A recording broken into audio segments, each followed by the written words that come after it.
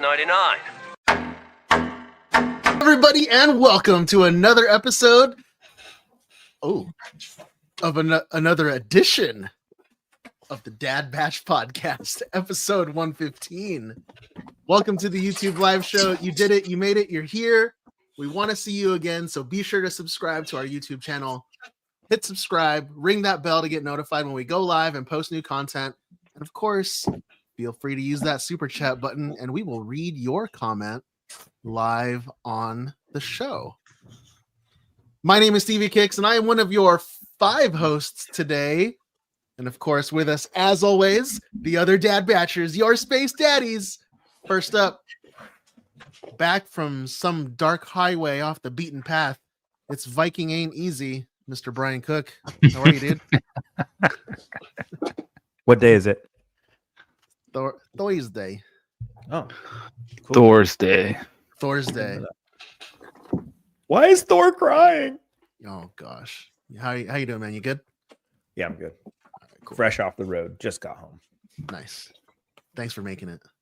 Thank you. Thanks for having me. Next up, when he's not painting or chroming, he's riding the worm. He's the Lisan Al Gaib. It's John Rodriguez. Ride the worm. That's what she said. Oh.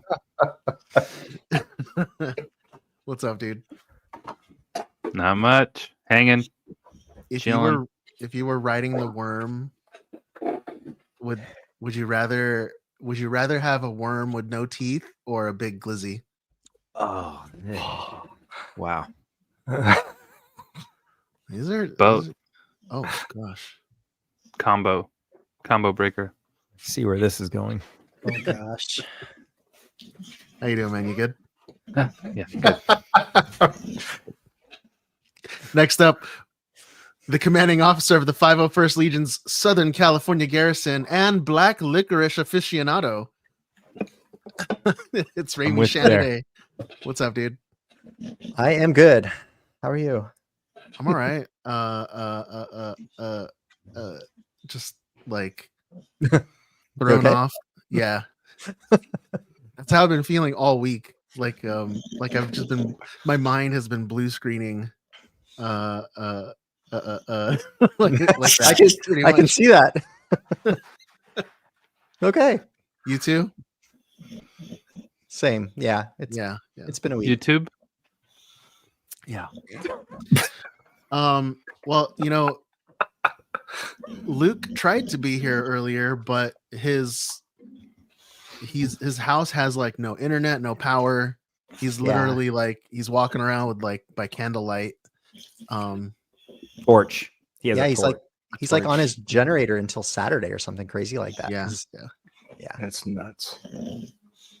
So of course, to step in, we've got Mr. Joe Buffett himself, aka Tech.Bad Batch Joe Lara. Welcome back, dude.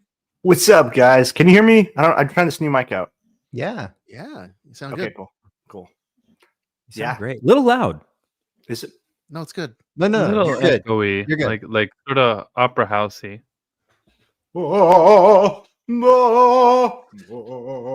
Sounds good. Perfect. Awesome. Good. What's up, guys? How's everybody doing? Yeah. I'm Yeah, tired. yeah. I'm glad to be home. We normally don't record on Thursdays, but everybody was so busy this week. And I feel like it's going to be getting busier as the holidays are coming up and schedules shift and everything. This kind of happens every year. I'm home until a week from this next Monday. So winning. Well, that's nice. Yeah, I'm excited. I'm excited to not be driving or sitting somewhere working. You taking next I'll week be off? sitting at home working. Yeah, I'll have a little bit of running around to do, but nothing crazy. Thanksgiving week. Oh, I guess we should let the listeners know we are going to be doing a short show next week for Thanksgiving. But for the first week of December, we have prior engagements. So there will not be a show on the first week of December, but we'll be right back right after to finish off December right after that. Yep. I just wanted to say there's a guy in the chat called Beetle B. He thinks we're a band. He was here like a week or two ago, and he was like, "Oh, I stumbled, into this whatever live feed, and I don't know who you guys are. And now he's awesome. back, and he's like, I thought you was a band. I mean, We all play the band. We are a Flesh. band. We do play the. Band One of of us plays bro the bros. flute. I think We are a I band think of brothers. three of you guys play guitar, right? can Yeah, a little bit. make sound. Dabble. Joe little plays drums. No, Right? no, I No. played guitar. Brian plays the skin flute. Oh, jeez. Yeah, it's the Yaz flute. Okay, get it right. The J is silent. Luke slaps at the bass. Slap at the bass. Oh my god, May. That's Look how crazy. awesome. May, you're awesome. We're thankful for you too, May. Happy Thanksgiving. May the Happy turkey be Thanksgiving. juicy, the mashed potatoes be creamy, and the stuffing Be Stuffingly. be fluffy. Stuffy. Stuffy. Oh, hey guys. So remember I said I was going to thank you, May, for that super chat, by the way. Thank you, Awesome. man. Thank you, man. Remember I said I was gonna like look into smoking a turkey. Yes. Yeah. So discussed this. I've been doing so much research on it. I decided to not smoke the turkey because I don't want to experiment like the first time doing something for such like an occasion. A right? big It's, crowd, it's right? too much risk involved. I'm still gonna like learn and get into smoking and all that, smoking meats. Smoking meats. But I'm gonna try something. I am gonna try something new. It's roasting the turkey upside down. So I'm still gonna do like a 24-hour, Oh, a 48-hour brine. yeah. But like what you do is like you roast the turkey Upside super down. high temp. I think you broil it for like 45 minutes upside down, and Yeah. that causes all the juice to like all the juice Absorb from Into all the the what? breast. all the juice from the dark meat. It goes From into where? the white meat. Into Ew. the breasts. The breasts. It goes in the breasts. Yeah. Yes. All Oh the my juice God. from the dark meat soaks into the breasts, and then you flip it over and then cook it at the normal low temp. And instead of glizzies inside, you put a packet of glizzies, hot dogs. For You put Dad hot Batch dogs After Dark.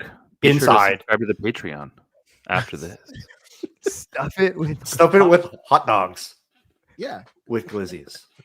All right. I've then- done that. And then you Steven. baste it with glizzy juice. That I have not done. But This I episode have, is brought to you by So Dad Batch gross. After Dark. I have Just- So gross. done the upside down turkey before. Gross. It works. Yeah. It works, right? Yeah. It works. Yeah. It works. I mean, Joe's gonna stuff his with Sour Patch Kids, so I mean, that why not? should be interesting. That'd be weird. Duh. he has Sour Patch Kid stuffed with Sour Patch Kids, and then Sour Patch Kid gravy. Yep. Like that one year. Wow. That was That 1 year. Just I blend it up. would really like to hear about this ensemble that Joe has on. It looks very dapper. Dude, so Oh. I'm rocking the Heroes and Villains Boba Fett. Oh, wrong screen. Boba Okay. Fett vest. All right. All right. Boba Fett all right. vest. I literally thought it was like your undervest for your actual Joba Fett. I thought it was too for some reason, but then yeah, it doesn't have that. that's what Give it Daimyo the would back. wear. That's what Oh, Daimyo would yeah. wear in universe. He Yeah. should. I He think wears we're that all when he wearing. rolls- Are we all when he wearing rolls- Heroes and Villains? I think we are. I I think am. we are.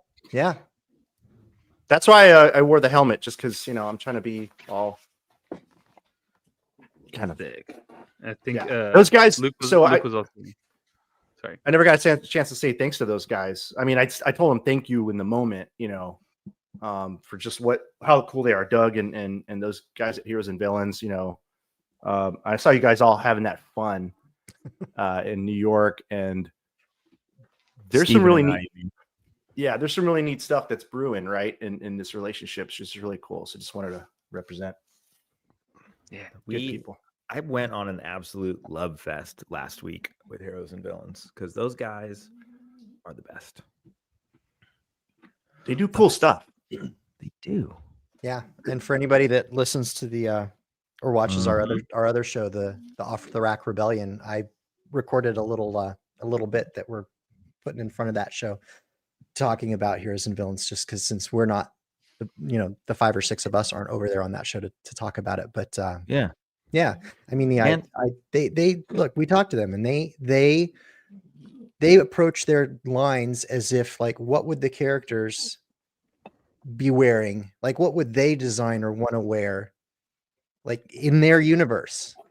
Like it's not like they're not slapping a big logo on something and like running around in their world. Like they want it to look realistic, subtle. Yeah. And Boba I- loungewear. And I recommend Raimi's commercial. It's very ASMR. We're not going to stop until we get a line like designed by the Dad Batch.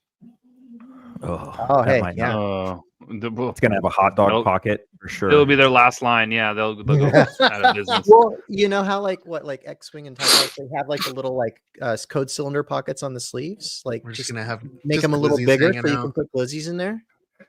Hell yeah. Glizzy pocket. I mean, it's not a stretch. they made a chimichanga pocket on the Deadpool stuff. So Free Glizzy with every shirt. So you're saying there's a chance? Yeah. Glizzy pocket.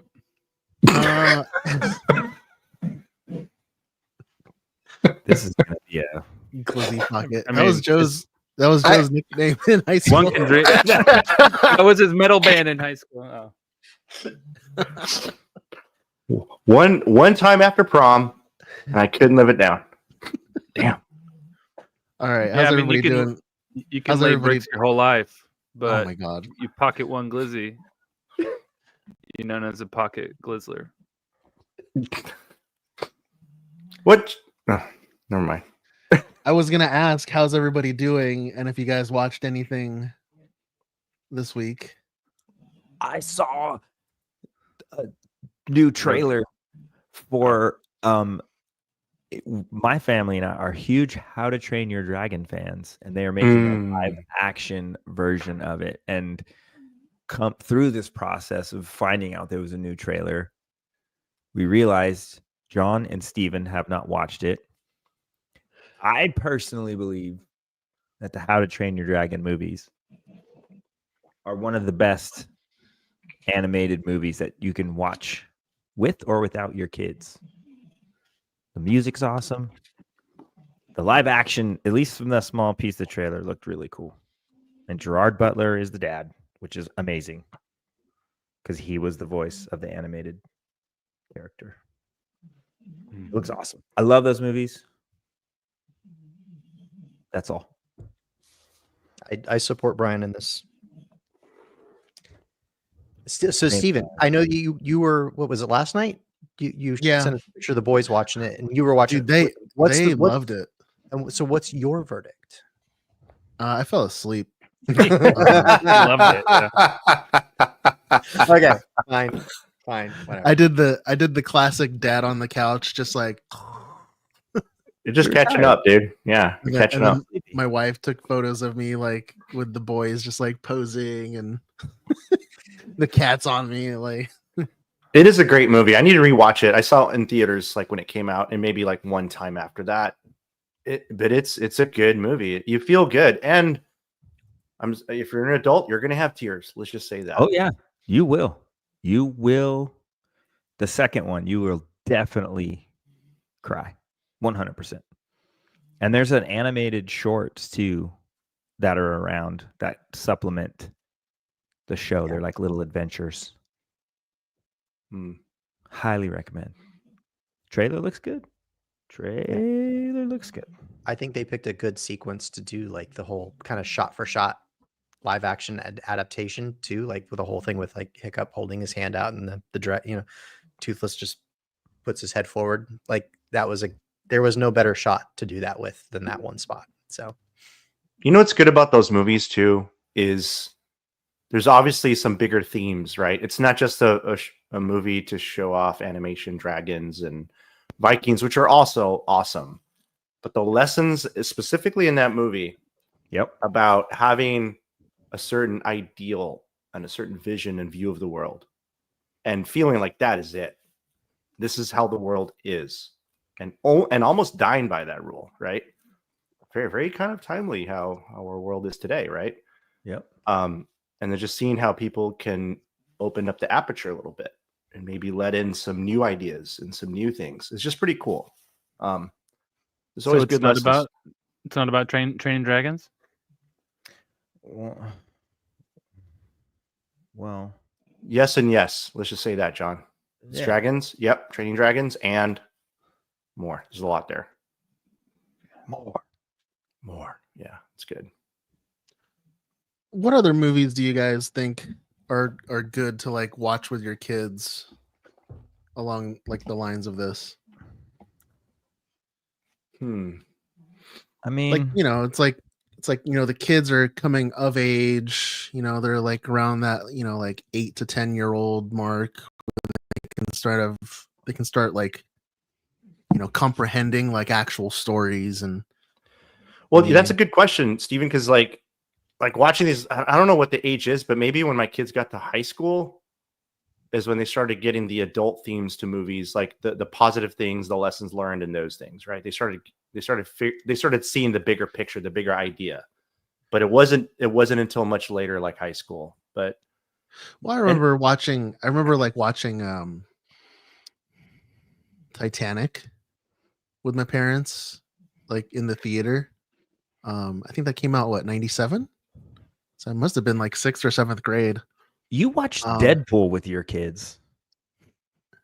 Yeah, but I mean, they're just in it for like, you know, the slashing and the fighting and the, you know, Yeah. like How much, they're not Kevin? gonna They're not gonna- there for. They don't listen Yeah. to anything else. Yeah. they're not there for like the jokes, like the dark humor. Yeah. Just Just the dudes getting their arms cut off. Just the People blood ripped and in gore. half. Yeah. Yeah. Human centipede, just all that Yeah. stuff. oh my god. What the Yeah. I mean, They're just there for the instinct. am I wrong? Well, what did you watch with your daughter? How to Just Train Your all the Dragon. animated stuff. Yeah, How to Train Your Dragon.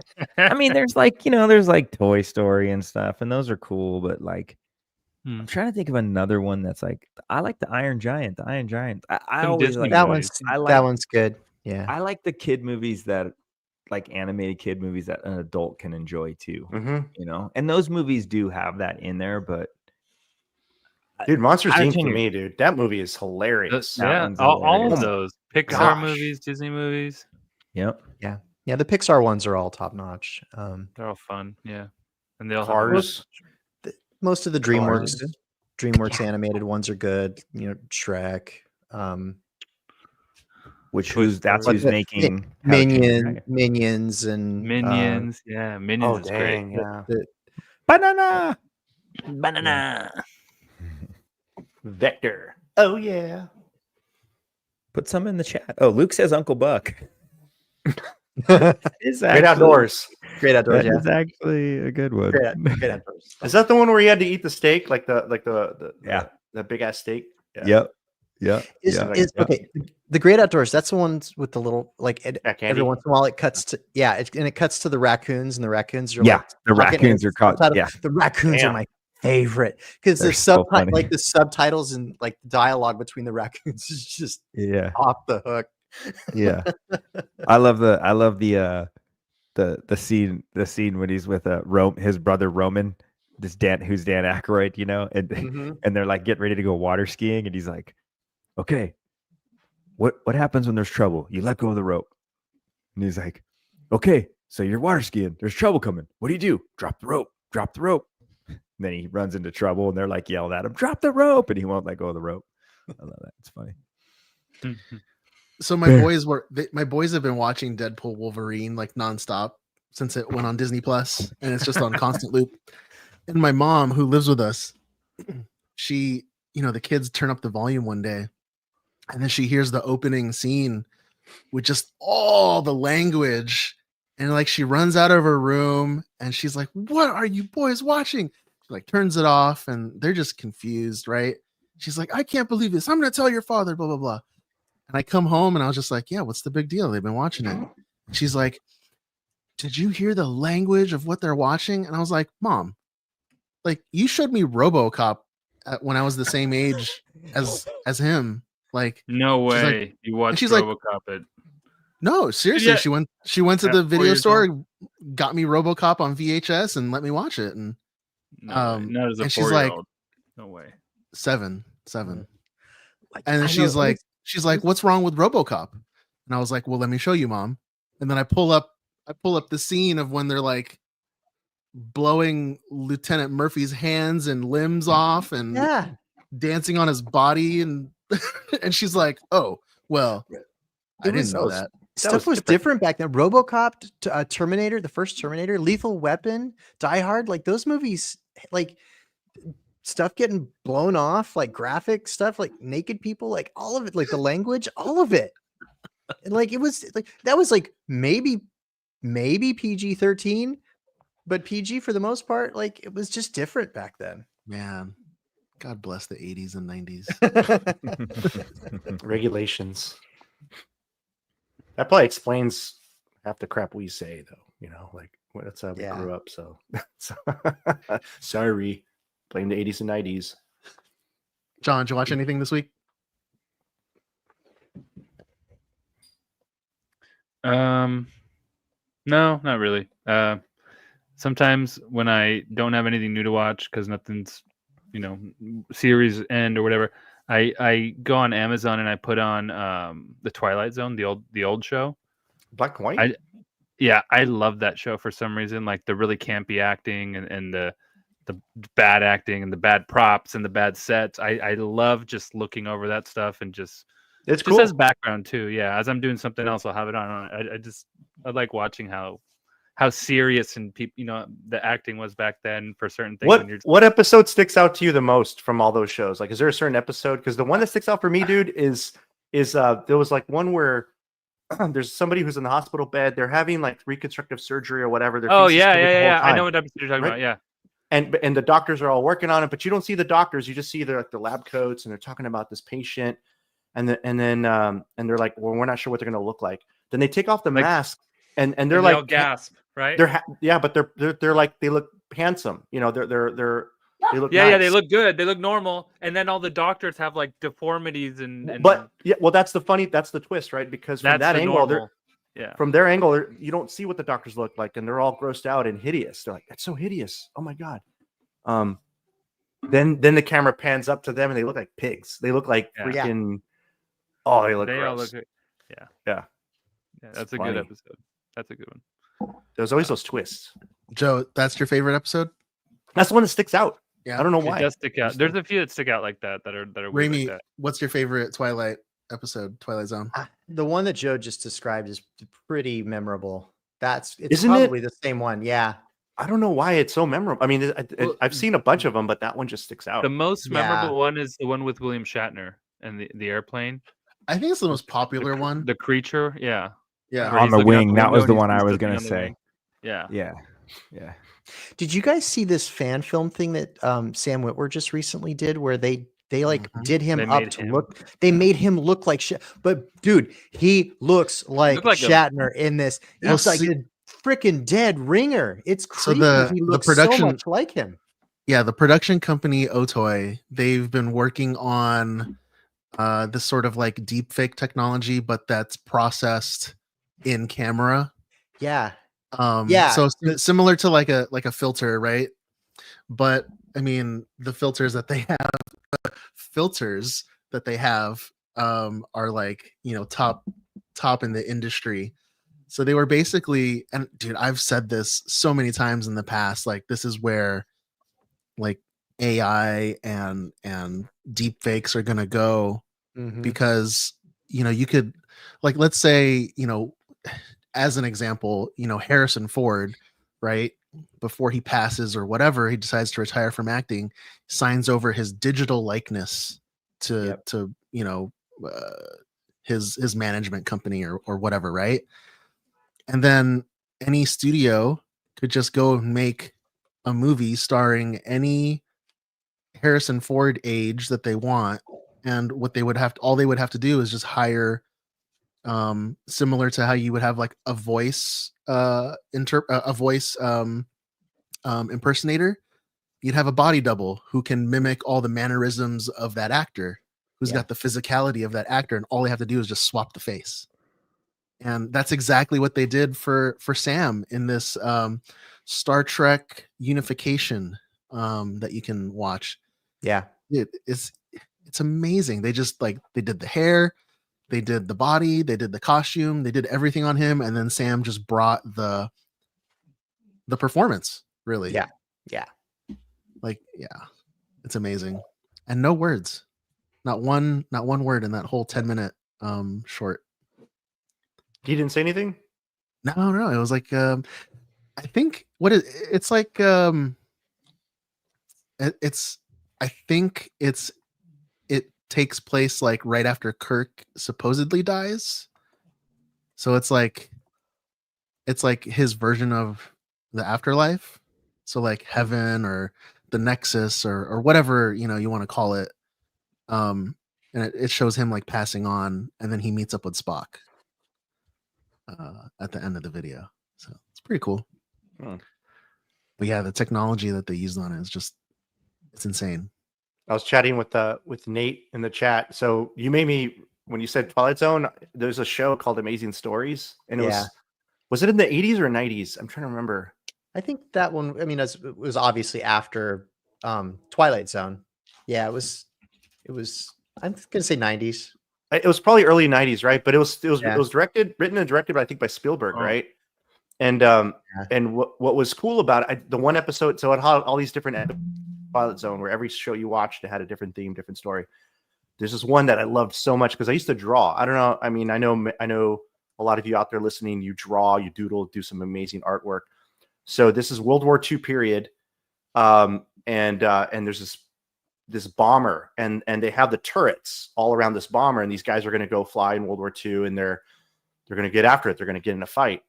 And the guy at the bottom turret was a cartoonist. He drew cartoons. So, when you're deployed, military, you draw sketches or whatever, and you draw the guys, drew the plane, did all kinds of stuff. So now he's in the plane and he's flying. The plane takes off. They get in this firefight with a bunch of Germans or whatever, and the plane just starts getting shot up, and the plane has to make this crash landing. And so as they start making the approach to make the crash landing, unfortunately, with the guy in the bottom turret who can draw, it's stuck. Some mechanism that allows the landing gear to open doesn't open, and he can't get out of the turret, so he's stuck in the turret. Landing gear can't get down, and so they're in this plane, and the guys they're flying the plane. If they land the plane, he dies. They crush him, and so they're stuck with this dilemma, and they're flying. And it's super tense, and you're like, oh man, and they're like touching him, and they're crying, and they're hugging him, like, dude, we don't want to let you go. We can't land the plane. And as they're trying to make a decision of what to do, he's like, hey, you got to land the plane. Everybody's going to die. So he starts getting out a sketchbook, and he starts drawing wheels, the plane, and he draws these cartoon wheels, and he starts looking at it, and all of a sudden, these cartoon wheels pop out of the plane, and it lands, and so you have this live action scenario with these cartoon Roger Rabbit looking wheels on this plane. It's just so cool. And then they get out of the plane and they look back and they're shocked at what just happened, and then the wheels just disappear. And the plane bam. Yeah, it was 1986. Holy crap. 86, bro. Yeah, I just looked it up. Dude, I haven't seen it since 1986. That's still stuck in this 50-year-old man's head, dude. Yeah. So that was it was a TV. It had a TV series run, but then there was a movie, and the movie had 3 episodes, and that was one of the 3. Oh, okay. Yeah, and that was from the Amazing film. Stories. Nostalgic. Sorry, listeners who are like, "What's this guy talking about?" But yeah, that's my parents. Back in my another thing that been watching the new Dune show. Oh yeah. Is it good? It's a little slow. There's only 1 episode so far. It's on Max, and it's really a slow burn. There were some, I mean, like, if you can concentrate, because I found myself like losing interest, losing concentration. But if you can concentrate on everything they're saying, because there's a lot of info and a lot of talking, there's a lot of cool stuff. There's Atreides and Harkonnen or Harkonnen, whichever way, I don't know. But there is stuff relevant to the movies and stuff, but this is a prequel. It's 10,000 years before the birth of Paul Atreides. Whoa. 10,000 years. 10,000. Yeah, so I think it's the beginning of the Bene Gesserit, the sisterhood that kind of go around controlling the with the box, bloodline. putting your hand in there and all that crap. Those ladies, yeah. So this is like the Ooh. birth of that Religion or whatever you want to action call or it. whatever. Yeah, Yeah. whatever they are.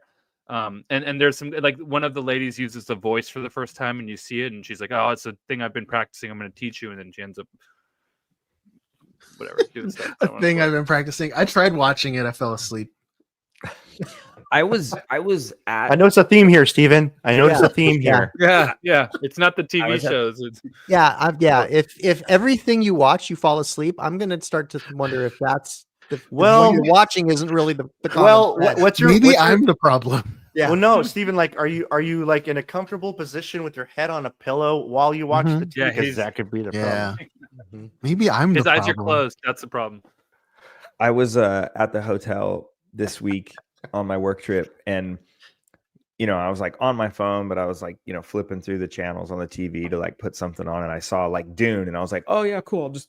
I'll leave it on Dune. Cool. I'll, like watch some of the action spots while I'm sitting here, and then like I was looking at my phone, and I kept like looking up, going, "The heck am I? This isn't Dune." And it was that show. What, you're watching HBO? Yeah, Oh, Yeah. I I thought see. I At a thought you don't hotel, have like- Mac. Oh, in a hotel. it started off with a hotel. Let's back it up here. Yeah, he was on. Sorry, it's okay. Steven was sleeping. Sorry, I fell Yeah. asleep. Yeah, he fell asleep. I'm about to fall asleep. But yeah, that show is a bit slow. And if, like I said, it's only one episode. I'll watch That's the the second thing. one, but Can you watch I- it in ×2 and then maybe it's better? I don't know if I don't know if that's a thing. But Dune is already like a visual experience as a movie, and they are long. Like, so now you're gonna watch a 12-hour Dune movie. essentially, I mean, it looks like they're spending a good Yeah. amount of money because the graphics and stuff look convincing. They look up to par or close to the movie. Yeah. So I mean, kudos. Some stuff doesn't, but a lot of it does. I don't have Max, so I almost want to start rewatching Clone Wars or something. I haven't seen Star Wars in a long time. Since Bad Batch, I haven't seen any Star Wars really. same. I haven't really watched anything. I haven't just been busy and stuff, but I kind of maybe watched Skeleton Deadpool. Crew. Skeleton I Crew. watched Deadpool and Wolverine a bunch. Oh, Skeleton Crew's gonna be awesome. There's Yeah. another show coming out that is gonna be a video game anthology show called Secret Level or Secret Levels. I'm not sure if it's plural or not. Secret Level. It's gonna be on Prime, and it's an anthology of all these different games. So I think each episode is a different game, whatever. But they're shows or whatever. They're episodes. It's like full on. And there's like a Space Marine one, like a Warhammer one. There's a game that's called Sifu or Sifu. It's like a martial art dude, and like he dies and is born again, but he's older, and like all this he goes throughout. I don't know. And there's certain. I think there's a Dungeons and Dragons episode too. Maybe there's a bunch. I don't know any details, obviously, but looking forward to that. It's gonna be good. It'll definitely be on Hunter's hard drive later. Did you guys see the popcorn? Speaking of visual experience, the Lord of the Rings movie that we were talking about last week, the one that's coming out, the War of Rohirrim. The animated. Yeah. Did you Yeah. guys see the popcorn bucket that they're coming out with? No. It's a bad. hammer. It's a It's giant. a Warhammer. It's a giant warhammer. Oh, It's so like- it's like a dwarf hammer. Yeah. Yeah, the dwarves have. Yeah, the yeah, hammers. yeah. But the head of the hammer opens up, and that's where the popcorn is, Oh my gosh, like sideways, right? Oh, you have it. Oh, there it is. that's crazy, dude. What the heck? Dude? That's I awesome. Hey, Yeah. that's gonna. Well, you could pass the popcorn down the aisle. I mean, you could say Yeah, you can just reach over Yeah. and someone can Dude, eat it. That's true. Literally like just Guy 2 rows in front of you. You could be like, "Hey, you want Yeah, some you're like, popcorn?" here, bro. Dude, I used to hate that. Like, so we'd have a family of 4, right? And Oh, we get like yeah. one large soda, and I want You the just- soda on my side, and I pass the soda down, but then I get thirsty because I'm eating popcorn, and the soda's still like 4 chairs down. I'm like, hey, pass this. Now I can just put it in that thing, right? And just kind Well, of. no. So here's the thing: you get the Warhammer popcorn bucket, and then you pair it with let's see here. They have a Stein, like It becomes a yeah. dumbbell. No. And then you Then and then you just start cut a working hole in out? the bottom, or Oh my god. never mind. No. This is Never in mind. Pee Wee's Playhouse. Oh wow, look at that. Yeah, That looks they have a really cool. Stein. I mean, it's plastic, but it looks like wood. That Oh, you looks okay? So you hold both. like Oh, it's plastic. $20, and it cost them 50 cents to make. Yeah. What I if they're don't made know. out of wood? That'd be cool. It's this whole new thing of popcorn buckets, right? It's all the rage now. I yeah. mean, they make a lot of extra money on top of the movie. Yeah. So That's where they make all their money as concessions. yeah. Dude, the margins are ridiculous. $58 popcorns. $70 Cokes. Something I'm watching is interesting, different from the take that you think I'm going with. So we have our house for sale, and I have a camera in my room because we have all these strangers coming in the house to kind of check things out. Yeah. Watch them. Well, I want to see if they're, because we have signs, don't touch my crap, right? Yeah. And so with all the things in my room, guess what people are interested in when they see my room. And you guys have seen my room, right? So Mando. The basket of glizzies that you keep next to your bed. that's number 2. The landmines. Nope. It's a 3D printer. What? Yeah. I have everybody goes straight. They look, there's this giant I believe Mandalorian it. full armor mannequin. Yeah. I got all the cool stuff out.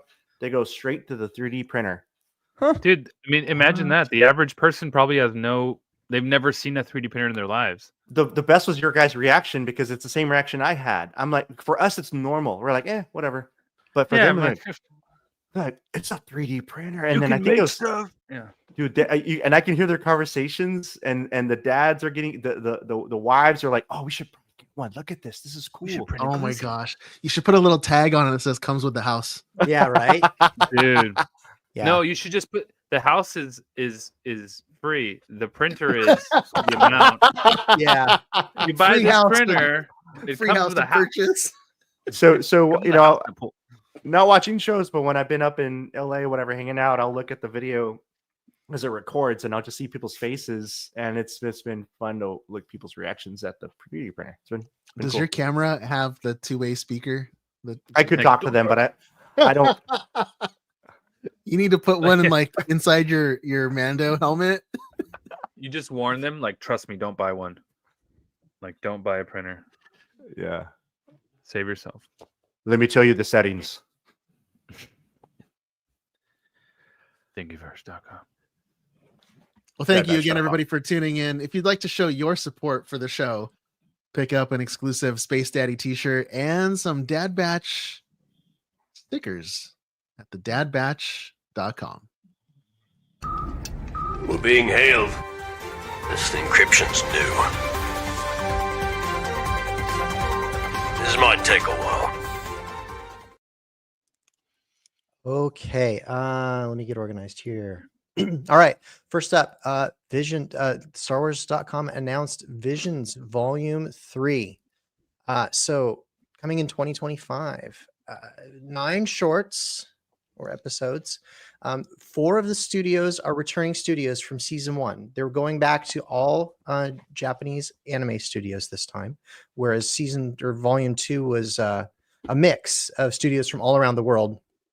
These ones are all anime studios this time. So 4 of them are returning studios from season 1. So Kamikaze Duga, which did The Duel from season 1. Kinema Citrus Co. Was The Village Bride, which is my favorite. Production IG was The Ninth Jedi. And then Trigger did The Twins. So those are the 4 studios that are returning. 5 new studios. Anima, which is doing it in co-production with Kamikaze Duga, which did The Duel. Wait, what's the name of Anima. that one? ANIMA. Okay. Anima. Hey. Anima. Anima. This Anima. town needs an enema. ANIMA. Anima. Anima. A.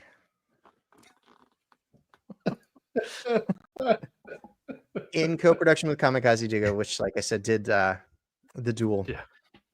Anima has credits in Akira Toriyama's last work, Sandland. David Production is next up, most known for its work on JoJo's Bizarre Adventure. A lot of this other stuff. Ooh. Some of this I've heard of, some of it I haven't. Polygon Pictures is third, a studio that's worked on a number of 3D CG Godzilla projects. But Yeah. interestingly enough, they also helped in the development of Star Wars: The Clone Wars and Tron Uprising. So they've already worked. So Polygon Pictures has already worked with Star Wars on other stuff. I've seen the Godzilla stuff. They do good work.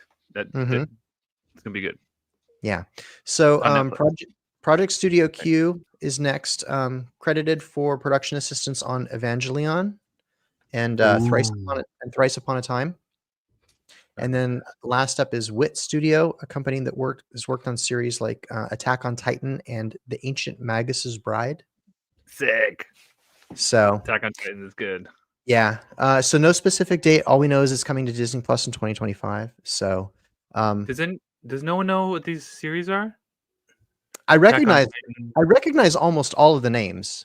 So I haven't watched a lot of it, but I recognize almost every name.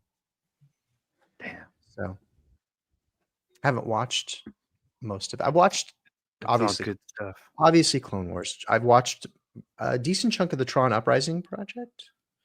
I've seen some of Evangelion, Attack on Titan. That's it from the list that I've watched any of. Evangelion is on Netflix, by the way. Anyone who wants to watch that. And Those are Attack all on my- Titan. Those are all my lights. All my lights are Evangelion. Oh, really? Mhm. Sick. Hey, side note, tangent, Japanese related because we mentioned Godzilla. Did you guys know that the director of Godzilla -1, Takashi Yamazaki, Yep. he's been spending every day at Marvel Studios in October. He's been spending every day at Marvel Studios because Feige said, in reference to them winning Best Picture, Feige said, "I want that." So now Kevin Feige at Marvel Studios is on the Academy Award chase. Ooh. He wants like a movie that can win like an actual like real award, and it sounds like he's enlisting Takashi to do something like in the monster movie related type thing. So I don't know, I thought that was cool. Nice. I back that. Heck yeah, it's cool. Okay. Next up, a little bit of video game news. So platform fighting game Brawlhalla will be getting some familiar faces in the form of the Mandalorian and Grogu, Han Solo, Chewbacca, and Kay and Nix from Star Wars Outlaws. So I don't know anything about this game, but apparently it's a free-to-play platform fighting game similar to Super Smash Bros. I've got a clip, so we can play it.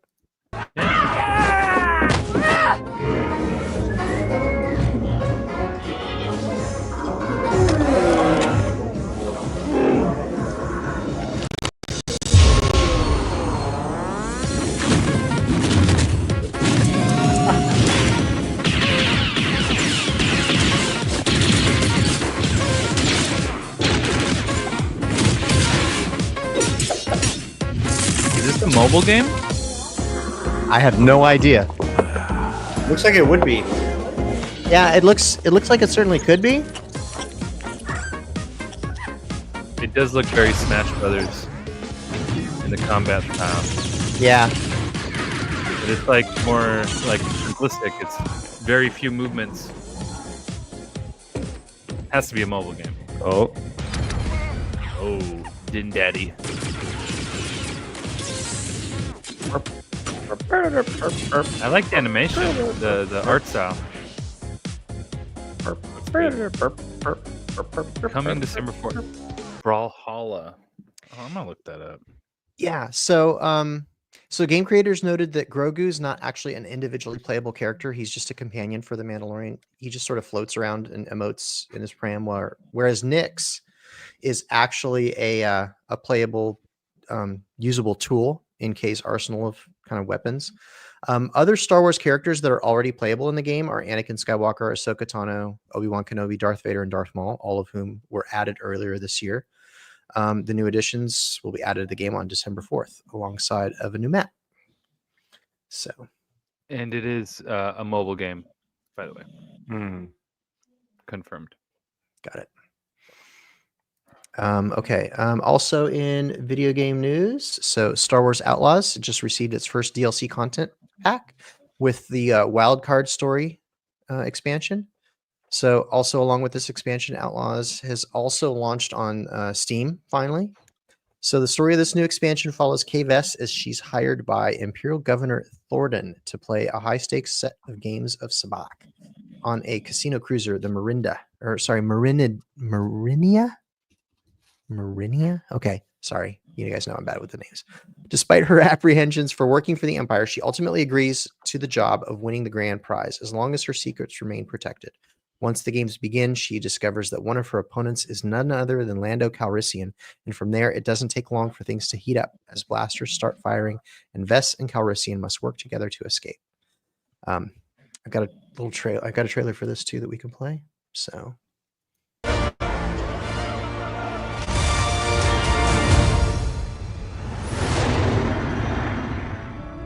Hey, Vess, I've got a client who wants to make you rich.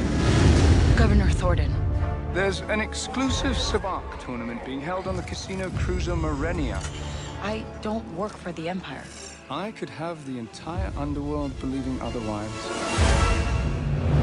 All you need to worry about is finding the Marenia. Grand prize is of exceptional value. You're going to win it for me. How? The player list is confidential. Nothing stays secret in a place like this. So this is the Sabacc legend we've been waiting for? Oh yeah, we go way back. Let the game commence!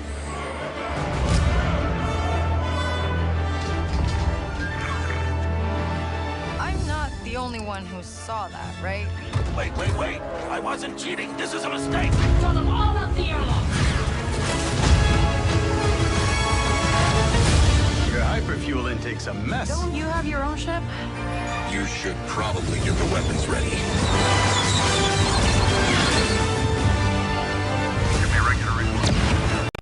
Think you can handle it? All right, strap in.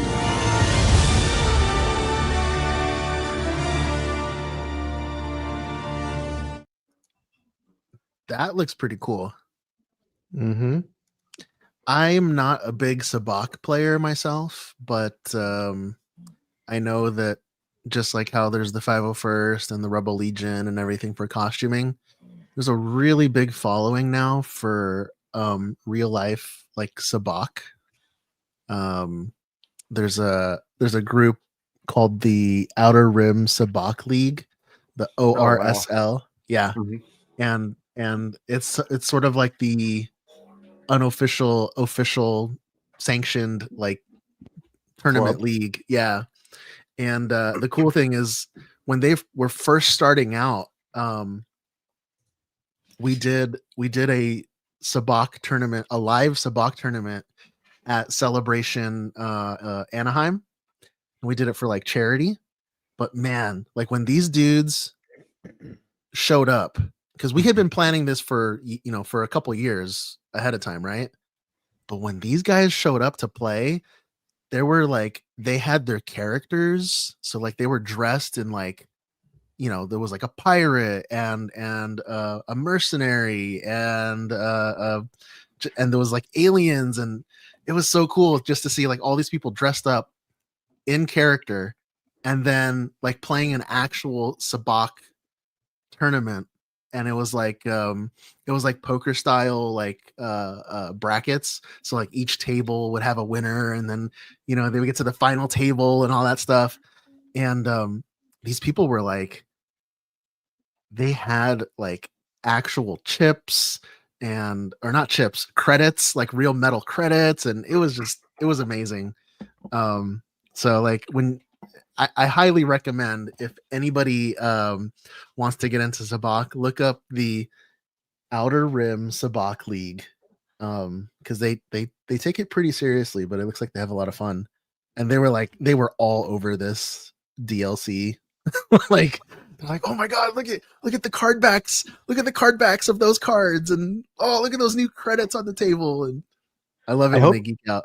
I hope the game I like makers that. consulted with them at least to make sure the gameplay was accurate. Because these guys, I know these guys That's take so it cool, though. seriously. Like, yeah. I love that how you can dive into such a niche part of an entire thing, and that's your thing, you know, like Mhm. new card backs. I'm gonna make, or I'm gonna design something else, or coming up with that. Like that's awesome. I don't know anything about Sabacc, and I think it's but I think it's really cool that there is this like whole subculture of nerds doing their own thing with that. It's awesome. Yeah, that is neat. I never got to make it onto the Halcyon, but I was intrigued by they had like a 3D hollow chess table where you could play Sabacc and stuff, and I don't know how they did it, but those lucky Halcyon people, they got to experience it. Nice. So also with the with this expansion, there was a slew of fixes and tweaks to the game for like playability and stuff. The DLC is also it's available to download now if you've already had one of the prepaid bundles where it came with the DLCs in advance, like those deluxe ones that you could pay for it earlier with. But it's also available now to buy as a standalone add-on. And then there's another DLC still in the pipeline titled A Pirate's Fortune that's due sometime, I think it's early next year. So, and we'll keep an eye out for that. Okay. Hasbro Pulse's YouTube channel has put out a whopping 28-minute long unboxing video of the HasLab Ghost. So I think Steph will drop the link to the video. It's long. We're not going to play it. You're welcome. I'm not sure that I realized this, but I think that they've got a little bit of an identity crisis because the box for this thing is branded as an Ahsoka. It's the Ahsoka box, but all of the action figures that are in it, right? Yeah. So all the action figures that are in this are Rebels. Branded card backs. So check this out. So here's the box. It's branded Ahsoka, and it's got the second Phantom, but that was in Rebels too. Mm-hmm. Right? Because there were two Phantoms. Yeah. And like, so I mean, you can see he's got, I mean, it's a full unboxing. He unboxes the whole thing and puts it together and shows you each and every part. He shows you all the individual figures on their card backs, and so you can see it's each figure from Rebels as they're seen at the end of the series with hold on. And this is with the mural card backs. Now, Sabine and Chopper, the mural was in the show at the end. Yeah. Sabine and Chopper are not part of this set. They were available as a 2-pack that you could buy on Hasbro Pulse separately. I actually have that. It was a 2-pack that you could get separately. But Hera, Ezra, Kanan, and Zeb can't come in the box with the Ghost. But this is all, this artwork is all exclusive to this set. So you all the figures are available otherwise, but on different card backs. I don't know. We all ordered it, right? I got one. I didn't. I think John, Steven, and I have it coming. So Joe and Brian were the smart ones. Mm-hmm. I'm gonna flip mine. Huge. I don't know where I would put it. I love it. Yeah, but it's like this big, right? It's huge. It looks bigger than the Falcon. Yeah, I think it is. So I've got some stats on it here. So it is 28 inches by 34 by 13. So 13 inches tall, 28 inches wide, 34 inches long. So it's not quite as long as Jabba's sail barge, but I think in the otherwise dimensionally it's bigger. I mean, we saw it. It looked amazing up close. You know, it looks awesome. So excited for you guys, man, when you get it. That's cool. Yeah, Yeah. that's So Excited. They're weird, not going to do Ending. anything with it. It's going to sit in the box in the corner somewhere. No, they're gonna play with it, Brian. Come on. That's what she said. but I do think it's an interesting move that they put Rebels figures in the box, but Ahsoka on the outside. That's super weird. That is really weird. Really weird. And it shows the Rebels card backs on the box up top right there. Yeah. Yeah. Rebels on They show it in the video, and I think I took a screenshot, but I didn't put it in the little thing here. But like on the back, it's got like line art. It's the same drawing, but it's got line art. And I think they showed some other details there. It shows it again too. What So- con did we see this displayed? Do you remember? Which one it was? Comic-Con, SDCC, I think. SDCC. I don't remember seeing Ahsoka though in that. That wasn't there. Yeah. That wasn't there, right?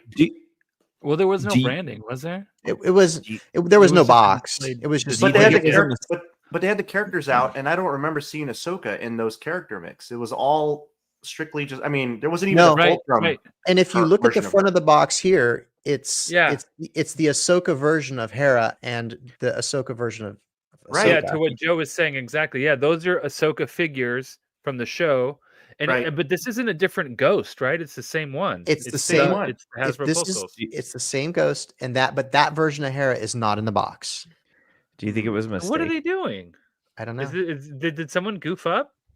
I don't know. You That's know I'm what saying. though? You Like, don't get because you don't get either of those figs. Can I so make we a- didn't can I make see a- this. Ahsoka wasn't out when we saw the display, right? So it hadn't come out yet at that time. Am I Yep. or did it? Can I make an observation here? Go Mhm. for it, Steve. So Educated the fish. the reason the reason that it's branded Ahsoka is because this ship is not an animated version; it's a realistic version of the ship. Mhm. So had it Why been would they animated, include But why are they including the entire crew of an animated show on a realistic ship? well, it's a commemorative set that you can only get with the ship. But does that mean that those figures are not meant to be played with the ship? You're supposed to get realistic these figures for the ship? these are not animated versions of the figures, and it says Rebels on it. So They're not animated versions. that's what I'm saying. So what? Okay. That what they gave us Rainy, non-animated versions of the Call figures, somebody. and it put Rebels Call on the somebody. box.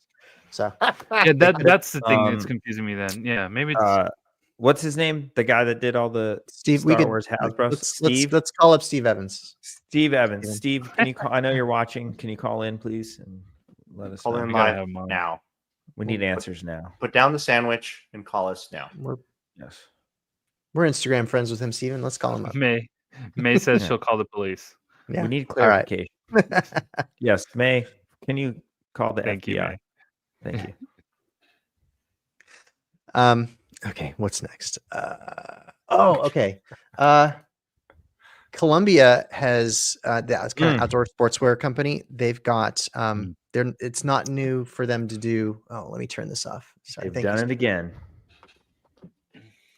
They are not new to doing collabs with Star Wars, and they've announced their next Star Wars venture with an upcoming Vader collection. And Steven, can you help me out? I was going to bring up the website and just scroll through it, and I did not get that queued up. I apologize. Oh, I already have it up. Thank you, sir. But So we're an audio podcast, so not like it matters. but we'll talk through it. But so the Columbia Rewards members are going to get access to this 30 minutes early on December 5th. So at 8:30 a.m. Pacific time on December 5th, it'll launch for you if you are a Columbia Rewards member, and you'll get access to the line. Otherwise, it goes to the general public at 9 a.m. on December 5th. So some of the jackets that are in this line are actually going to be signed by Hayden Christensen in limited quantities, available through the website as well as select retail outlets. So they did that last year with the Snow Speeder jacket, and they had like Mark Hamill sign it. But then when you go to the website to buy it, which of course it sold out, it was like $3,000 for Of course it was. for the signed jacket. So oof. Yeah. Even the unsigned jackets are expensive. Yeah. They always cool. kill it. They're with gorgeous. collabs. They're beautiful. Yeah. The zippers are little red lightsabers and stuff. Like I love the gold or the red foil on the lining of the jacket. That's rad. So So crazy. I will say Columbia, their co-branded stuff, like the Star Wars branded stuff that they've come out with, it is very pricey. Yes. Yeah. However, it's always worth it. Looking at it through my eyes, I'm like, if I had the money, I would spend it on something like that, but I don't. Yeah.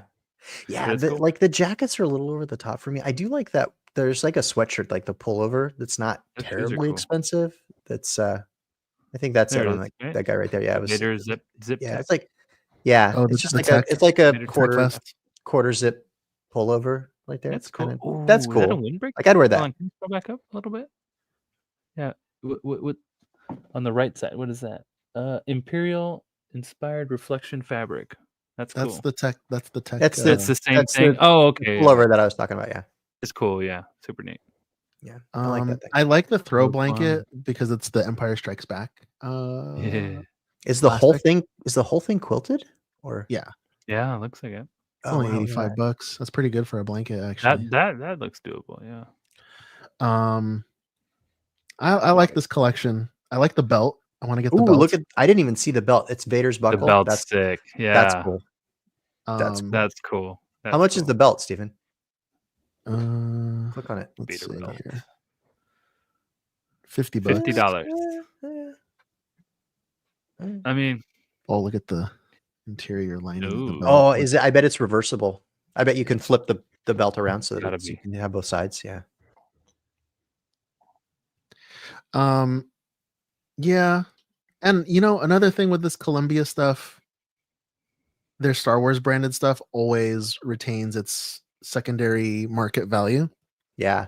We I know we were talking in the chat this week about the Raimi, you have the Hoth crew jacket. Mm-hmm. The gaudy blue and orange one, but it's so cool. yeah. But good luck finding it for under $1,000. Yep. Used, Yeah, and it was actually, expensive when it came out too, but it's gone up.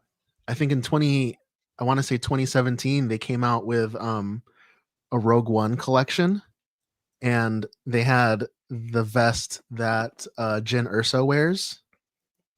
That one is like $3,000 on the secondary market.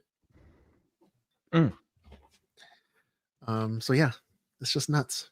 The boots are sick. The Vader boots boots. are dope. Those boots. Yeah. Dang. The Rogue One hoodie. I mean, the jacket, the convertible jacket, it's a little. I mean, I could just wear my Vader leathers around. You know what I mean? Like, I mean, you could just wear your Vader costume around. That'll keep you wear it warm. around. Yeah. Just wear it around. The boots. I'll take the boots. Thanks, Columbia. Send them. Let me know. I'll let you know. I'll give you my address. Yeah, we gotta get in touch with these guys. I saw a bunch of people getting Columbia gear on my feed. Well, you know what they're not getting? They're not getting Heroes of Villains gear. Nope. They're That's definitely true. not. Actually, some of them are, dude. Some of them are. Well, A lot of them are. Well, crap. Actually. Them boots. Yeah, I but miss they're those boots. but those other guys aren't getting to build like cool stuff for Heroes and Villains booth at New York. Oh, Comic no. Listen. Absolutely not. That is exclusive. Okay, let me look. From here on out, we are talking about Skeleton Crew because we are just a few short weeks away. Okay. So first up, Jude Law. They've been focusing a lot on his character. So I've got a spot here. So first clip, Jude Law getting frustrated with the kids. So of murderous pirates is coming. We have to hurry. Are you listening to any of this? We're listening. Oh yeah, what did I just say? Are you listening to any of this? That's very standard kid fare right there. Yeah, that was perfect. You wanted to search the buffet. We're not searching the buffet. Oh, I would. I'm gonna tell you right now, I'm gonna have a real hard time watching this because I just see Urkel. Yeah, dude. That dude is cursed, man. What? I don't think the Urkel forever. I don't think he's Just going to be in it as much as see. Wait, who's Urkel Urkel? in it. So Jaleel White. he's one of the He's pirates. The actor. It's just a He's one of the pirate. pirates. He's one of the Oh. one of the pirates. It's not. Yeah. Don't you? Well, he's not remember gonna. I remember the show, but he's not gonna. He's not gonna. He's sit gonna up be in like, law and say, "Hold it right there." Yeah. Guys, we got to talk about bearing the lead here. Come on, the big story. There's buffets in Star Wars now. I mean, sushi buffets? Yeah, Or I mean, And maybe. that Korean barbecue buffet? buffets. The buffet? I'm familiar with that buffet. Buffet. Buffet. So Is so buffet French? Because it's got those T's that are silent. Buffet. Jimmy Buffet. Buffett. sure. Margaritaville. Buffet. Buffet. Buffet. So we know that what we know is that the kids are led to believe that Jude Law's character is a Jedi. And they've done a lot to make it clear that this is a questionable conclusion. So there's been other TV spots, and they did a clip. It's hard to download it because it's like I can download stuff off of YouTube, but they've got stuff on like Twitter and Instagram that I didn't see on YouTube that were clips that are like the little girl's like, well, we can trust you because you're a Jedi, right? And he's like, kind of like stretched out long pause there. He's like, of course, like they're very much leading you to believe that that's like a questionable subject for him, right? So he's a sketchy dude. Yeah, I think they're going out of their way to lead to intentionally plant some doubt there. Supposedly by the end of the show, we're going to get the answer to that question. And there's a quote that he's given on it. He's like, what's revealed eventually is that is his childhood and how or why he might be force sensitive. And that's all I'm going to say. So, and I don't have a source for this next bit, but in an interview where he was asked very specifically if his character is a Sith, his reply was, it's really complicated and I can't answer that directly. I'm going to have to do a duck and dive and dodge and weave. He is many things to many people. I'll say he's a survivor and it's complicated. And then the person went on to question him about the still that they showed us earlier, where it looked like his character was reading Sith text. You know, the runes that were on that wall. They actually asked him if he was reading Sith text in that shot. And he said, wow, someone knows their stuff. Ooh. Now that's an interesting answer, because why would you say that specific answer if that wasn't on the money? If you can dodge a wrench, you can dodge a ball. So he's Palpatine's grandson. Who knows? AKA Ray Skywalker. But it's R-A-Y. Oh, Raymond Skywalker. Everybody loves Ray. Raymundo. My name is Reginald Skywalker. Randy Skywalker. Now, John, I mean, so he carries a lightsaber, right? Have we seen that? Mm-mm. Okay. So he NDA. We're gonna have to. So I mean, he's like in the still that I've got floating around over my head right now. It's a like wrench. He's got a gun. We see it like standard looking like pirate blaster. like a He has a flintlock. crazy Like knife, too. he's a What if his flintlock blaster is really the lightsaber hilt? that'd actually be kind of cool. Oh, did I get it, John? He pulls it back and he clicks it, and it like nice. That'd be cool. Yeah, I don't know. No, when he shoots it, you know what? A stick comes out and a little flag drops down and it says like bang, but it's an airbrush. It says pew. It says pew pew. It says pew. So, yeah, we'll see. Let's see. What did I have next up here? Cut it. Looking at my notes. Sorry, forgive me for a second. Okay, next up. So, Welsh actor Nick Frost did an interview for StarWars.com about his approach to the robot character Smee, or SM-33, which I think is a great name for a pirate robot. Perfect. For Skeleton Crew, which is described as a partially malfunctioning droid who reluctantly accompanies the young heroes on their adventures across the galaxy. He says, I think a lot of the whimsy that he finds is himself malfunctioning and kind of enjoying it. I always imagine that it makes his brain tickle, and you can hear him laughing to himself in his quarter sometimes at night. A robot with a rat inside his brain? I've been watching films for 50 years and I hadn't seen that. I love the fact that he looks really scary and fearsome, and despite how he looks, the kids still like him. He looks like a horrible pirate, and I think to make him nice and cheeky and lovable and a character that people will warm to, that was a nice thing for me to try and do. So, I mean, there was a clip, I don't have it, but there was a clip where one of the girl kids, she's says something to him like, I'm the captain now, and he pauses and early he's like, what do you want me to do with the or what do you want me to do with the stowaways or whatever? Yeah, and because he's talking about the other kids, right? So, and then at the end of he's like, captain. So he basically accepts her as the new captain. So yeah, and the other kid complains like, "What? I wanted to be captain." And yeah. He's like, "What do we do with them?" It's like, "Oh no, they're cool." Yeah. So I think and so apparently, and I hadn't noticed this, but in one of his eyes, there's like the eyes missing, and there's like he's missing. There's like some little creature living in his eye socket. So he's basically the droid version of Sloth. And I think he has a peg leg too. Right? Here you go. Yeah. You can see it in the preview. Like, well, and then they had him on display at what was it, the D23 here in Anaheim, right? And he had like he had the peg leg. Okay. Yeah. So, and then last up, and I'm not going to play this because it's kind of long. So StarWars.com released a filmmaker roundtable.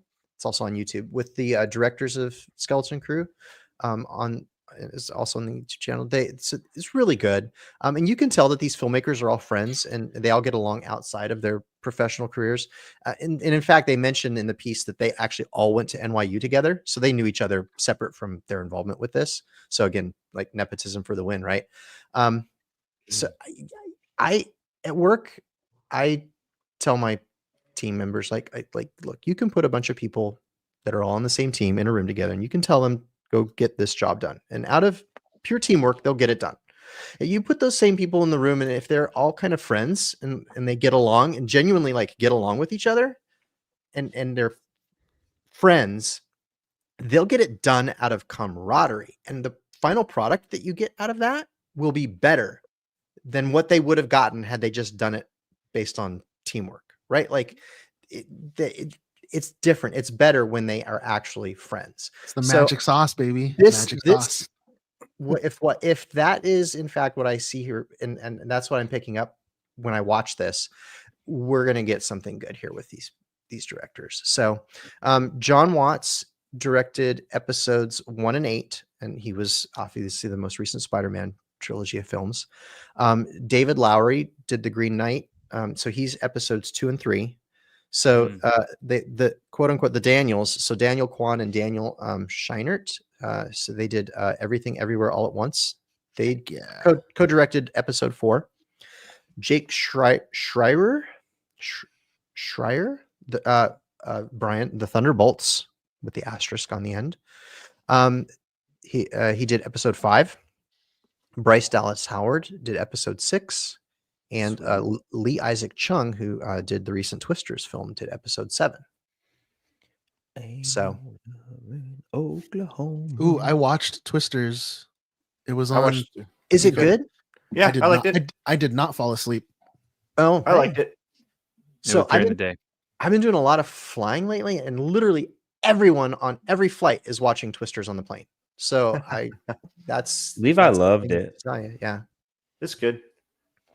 Hey, Raimi, I saw this this little clip here, or I don't even. It's pretty short, maybe like 10 minutes, 15 minutes. I don't know. Yeah, it's too long to play out here on the podcast, but yeah, you're absolutely right. I actually studied this in school about teams and high performing teams.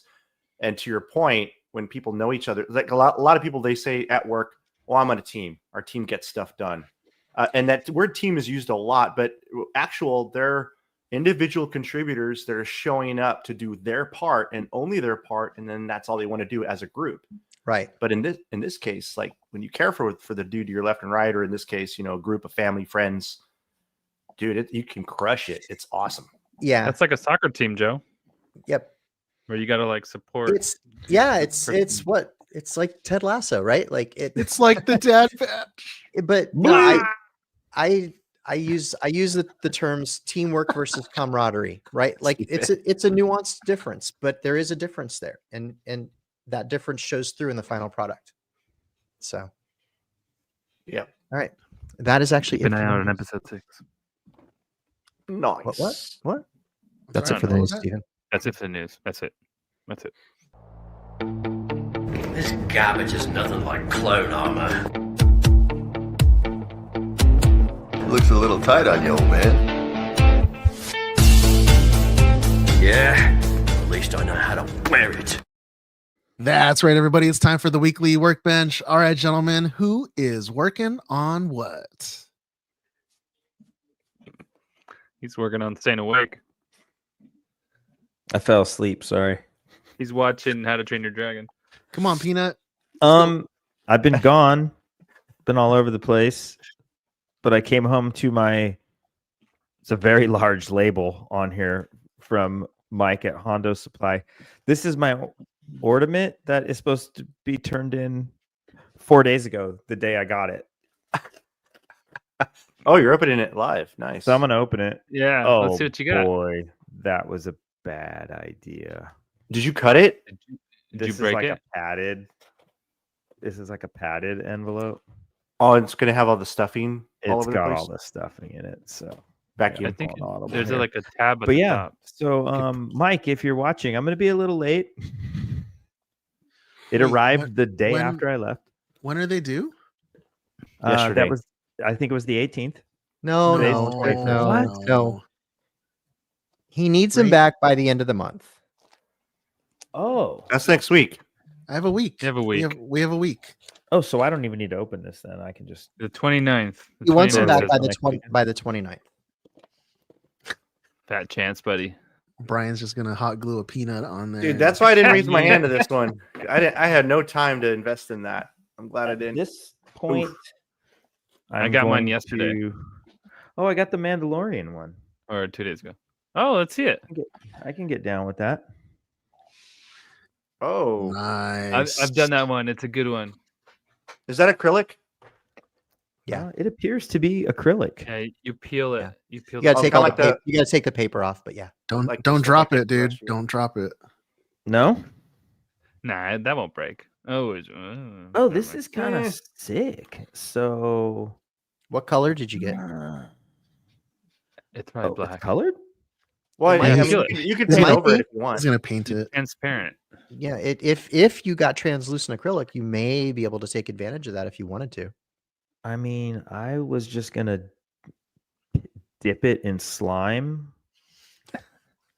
like the Ghostbusters. It's just black. Nickelodeon slime. Okay. That's kind of fitting. That's fine. Yeah, I was gonna just Nickelodeon slime it. And be I mean, like, we got "I'm Island done." Fett in the chat here, and I mean, he's like, I frickin' mean, Listen, listen, Bro, he with showed his, me. anybody go look at his Island stories. Fett. you know what? Actually, I'm gonna do. I'm gonna put Island a little mini flower lay on mine, and then I'm gonna put a speaker behind it, and the speaker is just gonna go Island Fett.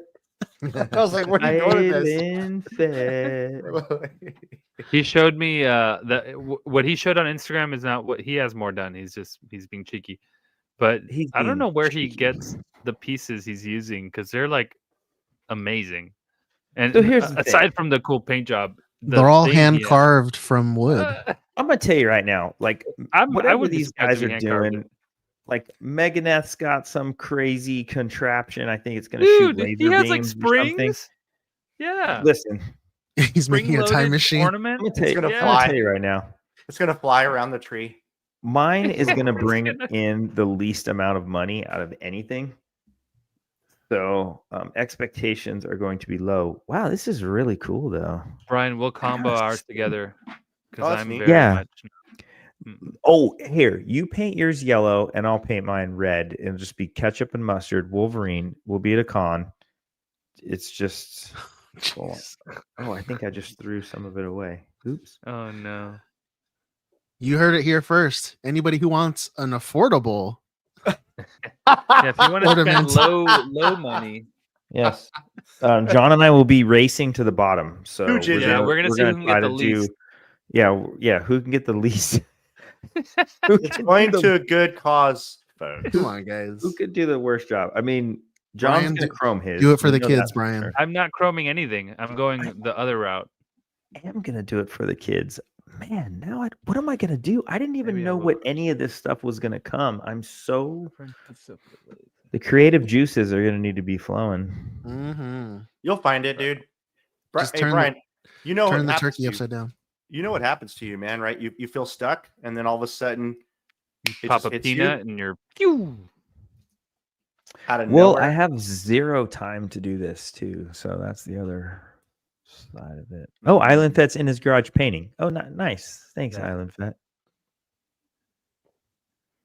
Island Fet.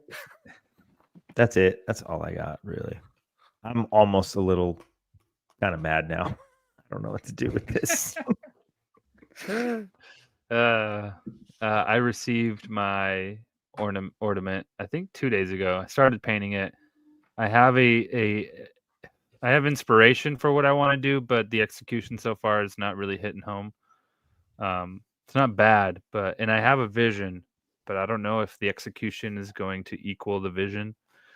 So I'm kind of there with you, Brian, on like, no, I mean, I have plenty of time. I sort of have time, but I don't know, like the motivation, the like I said, I have a reference and a motivation, but I don't have the creativity flowing. I don't not feeling it. But I'm still I'm just working gonna glue a bunch of rhinestone on this, like little fake rhinestones, like it's like a basic Bedazzle? person's Stanley cup. Bedazzle it. I'm just gonna bedazzle it like it's a Stanley mug. Yeah. Live, laugh, love. I might put that on there, right on the back. Live, Or I live, should laugh, just put this, live love. this, love that. Yeah. This the way. I don't know. But yeah, so I've just been chipping it. What? Bedazzle it. Nice Bedazzle. step. Bedazzle. Oh, nice. Oh man. But yeah. But I guess that's it. Not much. Finishing up a commission, starting a new one, and just cranking out some resin copies of things, and that's it.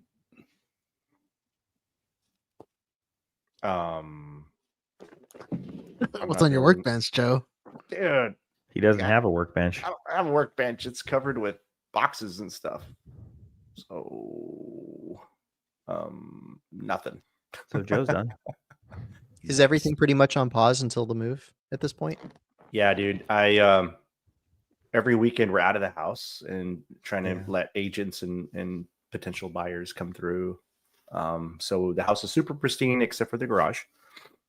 And yeah, dude.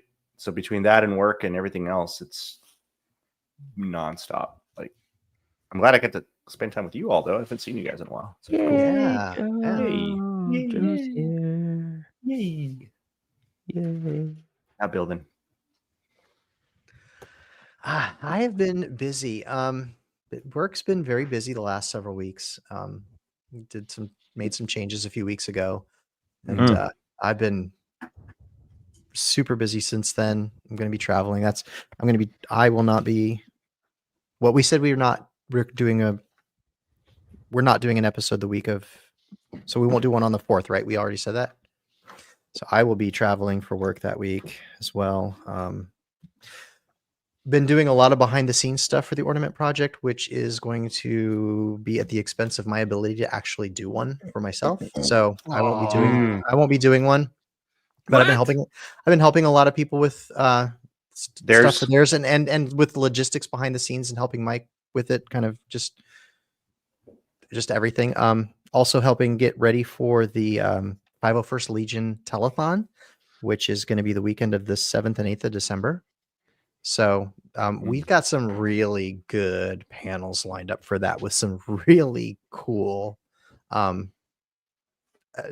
talent and Star Wars personalities that are going to be on there. That's going to be cool. Can we say who we're going to? Nope. We will have a communications rollout that will go with that, and let's just say the Dad Batch is going to have a good episode to go with that. We're gonna have a very appropriate set of guests for that. So We're it's gonna be good. They're gonna let us run our own show again, right? Like, Oh yeah. We get to do what we do. Oh, John, there's no Let's World do Cup. what we do. I was gonna say I was like, when was the telethon? I don't remember it. That was You were drunk. It was after the World Cup. Yeah, Yeah. Like 10 in the morning. I remember now. Yeah, We're sitting there with D waiting with D. Literally. With D. I D know. Bradley I and remember. John And we shows were up waiting for drunk. you, and dude, and some of us we were getting mad, but we're like, dude, where the hell is he? And then all of a sudden you show Because up. it went and into extra time and it went into penalties. you had the happiest face when you showed up. It Yeah. was like, but D, we won. no, D was like, D had no idea what the hell was going on. and I then thought you John guys comes briefed in. him. John comes in and he's like, I've been waiting for this my whole life. And Yeah, and D's John's like, what are you talking "Oh, about? Okay. No, yeah, but I thought you guys would have been like, oh, sorry, he's running late. He's watching the final of the World Cup final. Nothing, zero. He was like, what? I'm like, what do you mean, what? You were with these guys sitting here doing nothing? What are you guys talking about? We were talking about tauntauns, actually. Yeah, we were talking about Oh my tauntauns. God.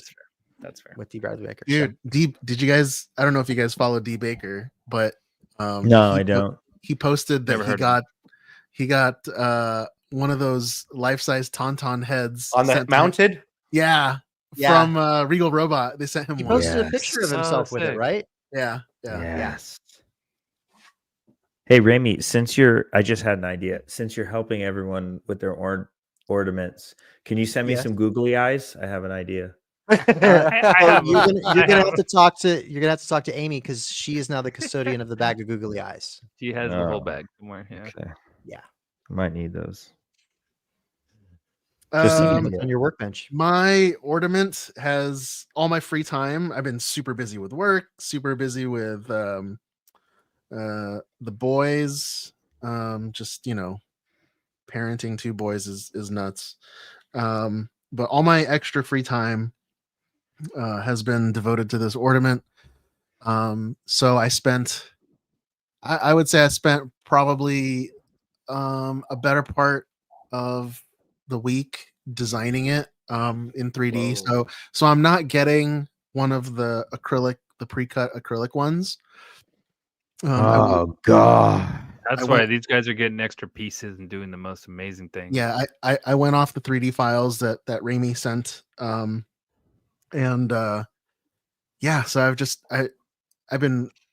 I've probably printed like 3 different iterations of it where I was like, I designed it, it was everything in my head, and then I printed it, and then I got it in my hands, and I was just like, oh, this, like this looks like a little plane right here. I should do something there. And obviously I want it to be a surprise, but I'll talk a little bit about it. It is there's a part of it that is Jabba the Hutt themed, and the back of it. And I was it's plain. It's too plain for what I'm going for, right?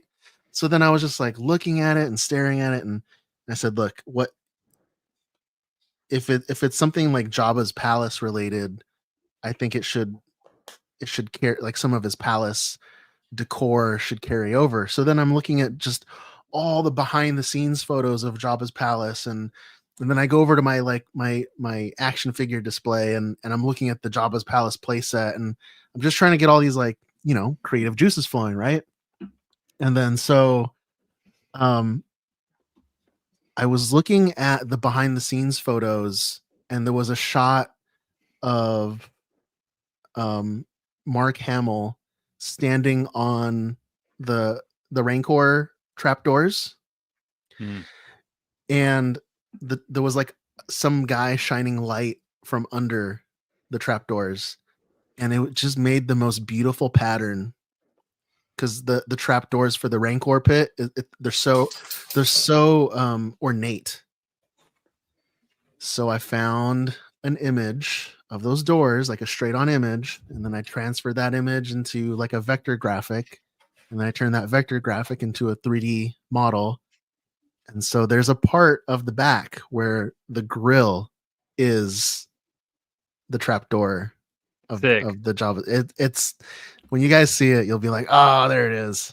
I was So- just imagining that before you said it. I didn't want to blurt it out, but that's what I was imagining, like the grill on the bottom there.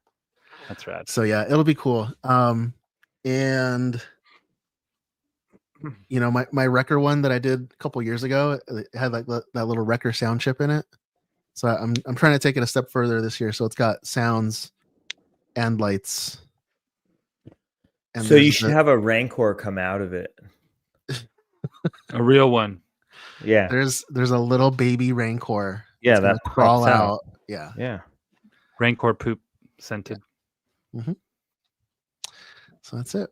Yeah. So I should be done with that by this weekend. I want to get it sent out before Thanksgiving. So I know Mike's gonna. Am I sending it to you, Ramey, or am I sending it to Mike? Mike. Okay. I've got the address to send it to. Just remind me. Got it. Cool. Yeah. That's it for my workbench. I'm working on mine now. It's a free Yeah. time. Like He's literally trying to right find the now. pieces he dropped under his desk. No, they Yeah. were tiny. I don't need them. He just busted out the Sharpie and You already got. Um, already got. Yeah. Already got the the armor sign. blew out. Yeah. White out. He's got some white out. that's The not white out. rhinestones. Damn.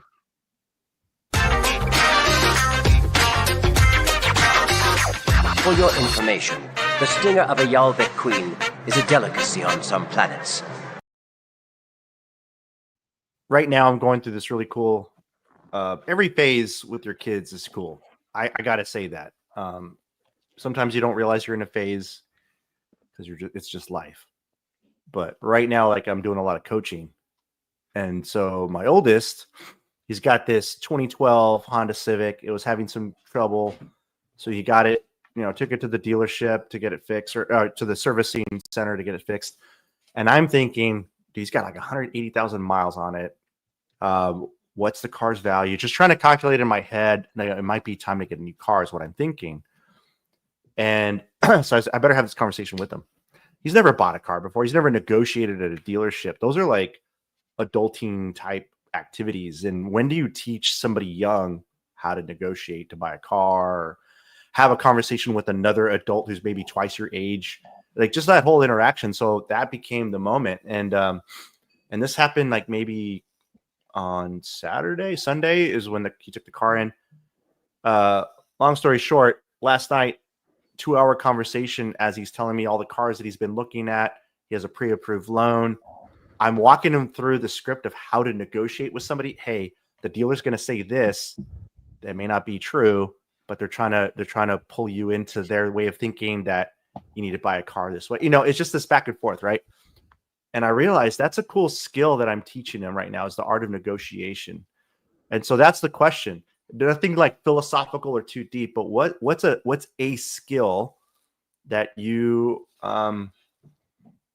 would give to your kiddos at one point that you're kind of maybe looking forward to? And you can't do the birds and bees talk. All right, that one, no. Hey, that's a skill. No. We're gonna keep it, but it's just like an adulting type skill, or I mean, my mind's racing with all kinds of things. Or like a life skill. Yeah, it could be a life skill, or just something like to help them that they're gonna need to know, like equip them when they're on their own. Nunchucks? That works.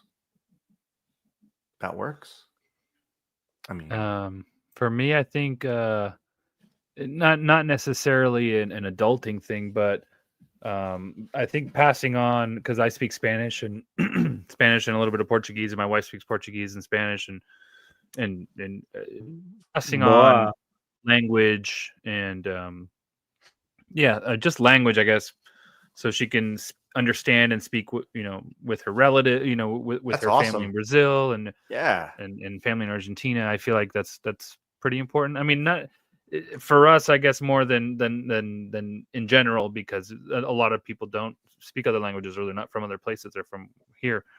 But for us, I think not necessarily being bilingual, but just understanding and being able to communicate and because I don't speak Portuguese very well, but I can get by with what I know, and that's enough for me, I think. But I love that, dude. My parents Language, specifically didn't want me to know Spanish. Like growing up, I'm the only one in the entire family that doesn't speak Spanish. They said, nope, you're gonna only speak English. And why? Kind of a That's just because Mexican what we are you? want you. It's just a not a really great way of thinking, I guess. And looking back at it now, dude, that's awesome. yeah, well, I mean, Spanish is my first language. I came here already speaking Spanish, and I actually learned a lot of English like off watching The Simpsons and stuff, like slangs and whatever, bad words and things. But yeah, like I guess now that I think about it, the way any kid would learn, but that's not how kids learn English. But yeah, that's something that I always thought, because when I was younger, I lost a lot of my Spanish, and I had to go back to Argentina. I did 5th grade there, and I kind of relearned everything, and now it's the most valuable thing ever. Like I speak with a lot of people. I mean, whatever. I speak with a lot of people. I can communicate with a lot more people, especially like the people I play soccer with and stuff, and just in general. I remember working in restaurants growing up and stuff like that, and being able to communicate with people, or even just listening, being able to know when someone's talking crap. Like they might not know you speak Spanish, and you're listening. Yeah, I don't know. you Boston break out that. They're like, Yeah, "Oh, you're like, gotcha, bam. I know it's just enough Spanish to go to Taco Bell drive-through and say, Baja Blast, please. Perfect. That was perfect pronunciation too. Taco. Crunchy. Taco. Yeah, but that's me. Language. Okay. Cool. Guys. Anyone else want to share? Steven? You look like you're ready. Let's see. I was gonna say cooking, but ooh, that's a skill that not a lot of people have. I found out. So my like passing on, I would have to say cooking, because my dad was an amazing cook, and he taught me like just so much about cooking. But I like, as far as like, is that really an adulting skill? Is yes. it? Yeah. Dude, kids don't cook, yeah. So dude, a lot of kids, like putting a Pop-Tart in a toaster. I'm sorry. That gets you living, but to actually good food, Because I wanted to say that I was teaching my kid like how to change, like I taught him how to change a tire. Dude. Like my 7-year-old son, I had him take the jack out of the back of the car, jack the car up on his own. Yeah. Like, the manual way. So he had like the little wrench, and he was just like going, like turning it over and over and over. You got to turn that wrench like, 200 times. It's workout, man. But it lifts the car up. Mm-hmm. And then I was like, okay, now, I'll break the lug nuts for you, because it's, that's just physical strength to be able to break the lug nuts, which I did. And then I was like, after that, it's all you. And dude, my 7-year-old kid, I have a video of him changing a tire on a 2000 Dodge Caravan, like, puts on the new one, lowers the jack. I was just like, dude. And you Sounds know like what? Slave labor. Oh, dang, no. I bet you he remembers that, dude, like that moment. Your dad was looking down, smiling on that scene. Hell yeah. Well, I'll tell you what, he'll never forget it. That's he might not remember it, but he'll never forget. You're gonna get like a flat tire next year, and you're gonna be like, "All right, son, go change that tire." Yeah, you're just gonna sit in the driver's seat on your phone while he's back there doing it. I'm not getting out of the car either. Too, you just take care of that. That's cool. That's a good example. Or a good thing. Right on.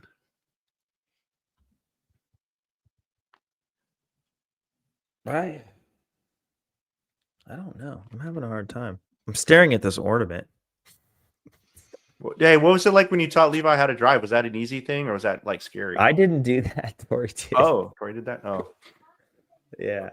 That was a mother-daughter thing. Tori did that. I didn't do that. Yeah. I'm always working.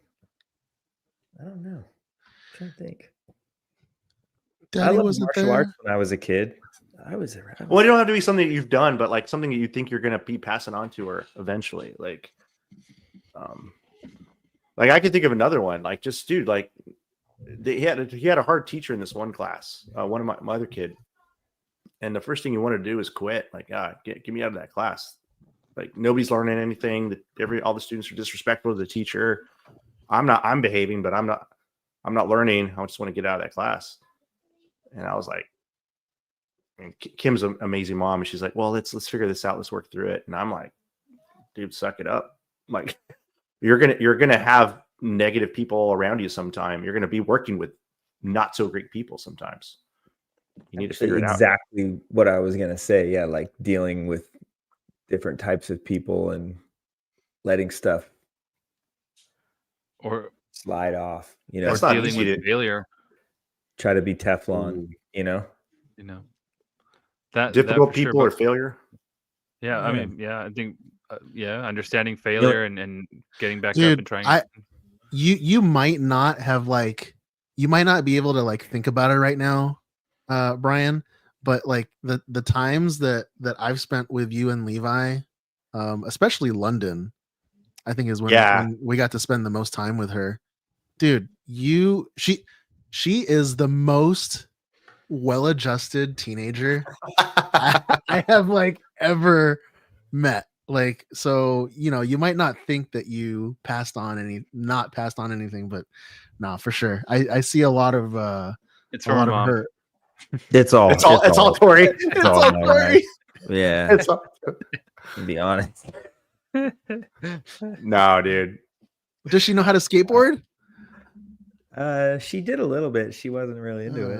Okay. Well, She went through phases. Yeah. But hey, no, she knows how to sell. She knows how to do sales. She's had roommate issues in college that I've talked Help to her navigate. about, you know? Yeah. Like how to just let stuff, like I tend to let stuff kind of like roll off me. You know what I mean? Like dudes don't break their arm. No. Just like how to deal with like situations where you're not getting along with somebody or something like that. Yeah. Like how to kind of navigate those situations. Not what is it? Emotional maturity. That saying I was going to say doesn't really work, but don't sweat the petty stuff. We'll just say the half of it. Yeah. Don't sweat the petty stuff. You know what I mean? Like don't let that sweat the small stick with stuff. you. Dude, you know what's funny is I was talking to Brandon as he's looking at cars. So he's at CarMax. he's got a pre-approved loan for a certain amount. He's at CarMax. He said, Dad, there's this Mercedes-Benz G-Wagon. Oh, I'm like, geez, dude. I'm like, it's a good choice, son. You can't say no right away. You gotta say like, dude, that's a dope car. Oh, for sure, dude. You should see my text initially. I'm like, oh, that's a sweet car, and I'm like, Kim, look what your boy is looking at right now, and so it's like trying to walk him into the lane of sensibility and not like flashy, right? But he's a young guy. He's got money. You know, it's a blank check in his hand for a certain amount, and he's like, I'm gonna buy the world, bro. Come on, dude. We know a guy that has a Tesla for sale. We do. You're selling a Tesla? At least one. Yeah. No. You're selling, dude. They're I almost bought one. You know, if he wants to get a good deal, he knows the website. I can. You know a guy? Yeah, I know a guy. I know a guy called an app on my phone. We get him in the car auctions. Oh man, no, but he needs something reliable. And not a fixer upper. Yeah, he found one. I've been walking him through it since Saturday. He's gonna get a Subaru, Forester, thick, used, reliable. Yeah, done his good research. cars. So yeah, all-wheel drive. Yeah. He's an outdoor guy too, man. He's doing like rock climbing and stuff. Yeah, that's a perfect. You can go to the snow, everything. Yeah, no chain. Yeah. Cool. Yeah. Thanks, guys. Thanks for playing along.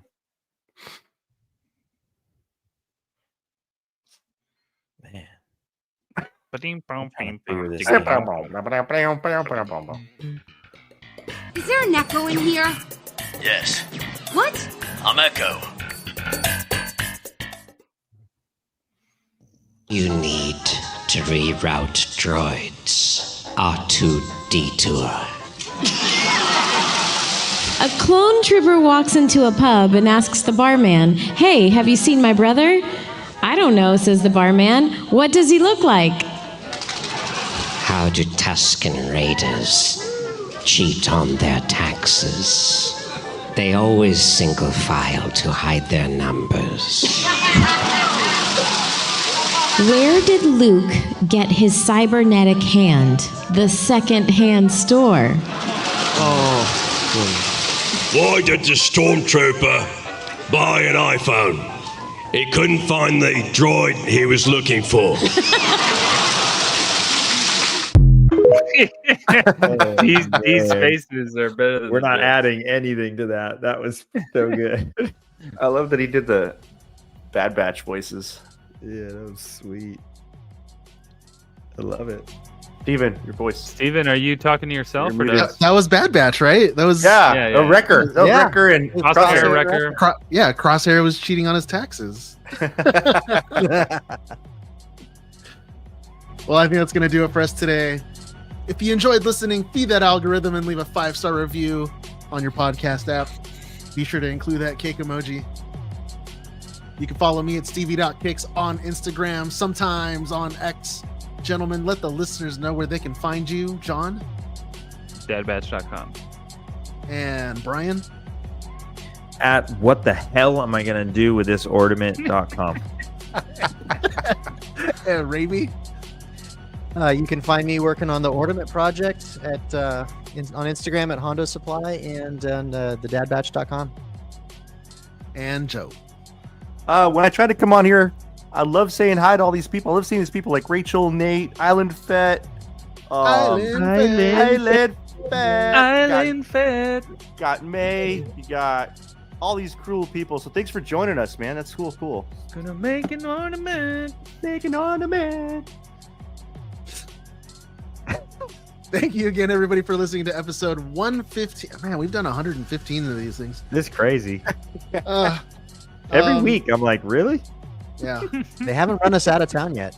I know. Be sure to tune in next week for episode 116, special Turkey Day episode. And until next time, enjoy your spice responsibly. Double.